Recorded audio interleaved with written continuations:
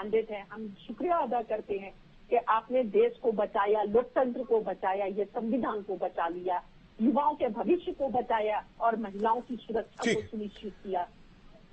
Dhirendra sir, 400 पार तो छोड़िए, 300 पार भी नहीं, ऊपर से कहा जाए कि सिंगल लार्जेस्ट पार्टी भी बीजेपी नहीं, यानी कि पूर्ण बहुमत के साथ 270 नहीं, एक तस्वीर दिखा देते दर्शकों को। हेमा मालिनी जो कि काफी बहुत ज्यादा बढ़त, लाखों वोट से वो आगे है और एक बार फिर इन्हें टिकट दिया गया मथुरा से और रुझानों के मुताबिक वो काफी आगे है, यानी कि एक सीट तो ये निकलती दिख रही है बीजेपी की। हालांकि ऐसे कई सीट है, लेकिन सर सवाल धीरेन्द्र सर यही कि कम से कम जादुई आंकड़ा तो छू लेती बीजेपी।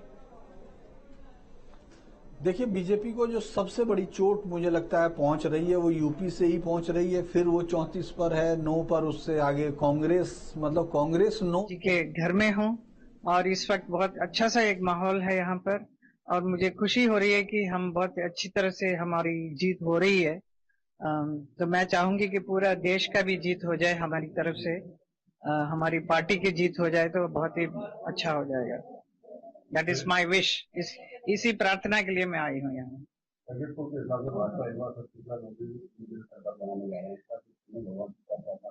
भगवान से प्रार्थना करेंगे कि मोदी जी आए, मोदी जी वापस प्रधानमंत्री बने और देश का जो उन्नति हो रही है, विकास हो रही है, वो आगे और बढ़े। सोनिया गांधी ने कहा है कि जो ऐसे पोल आए होंगे विभिन्न नतीजे देखने को मिलेंगे।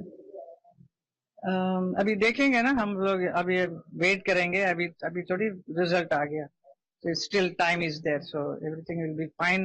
The Radha Raman ji will take care. Dhirendra sir, आप भी सुन रहे थे हेमा मालिनी को।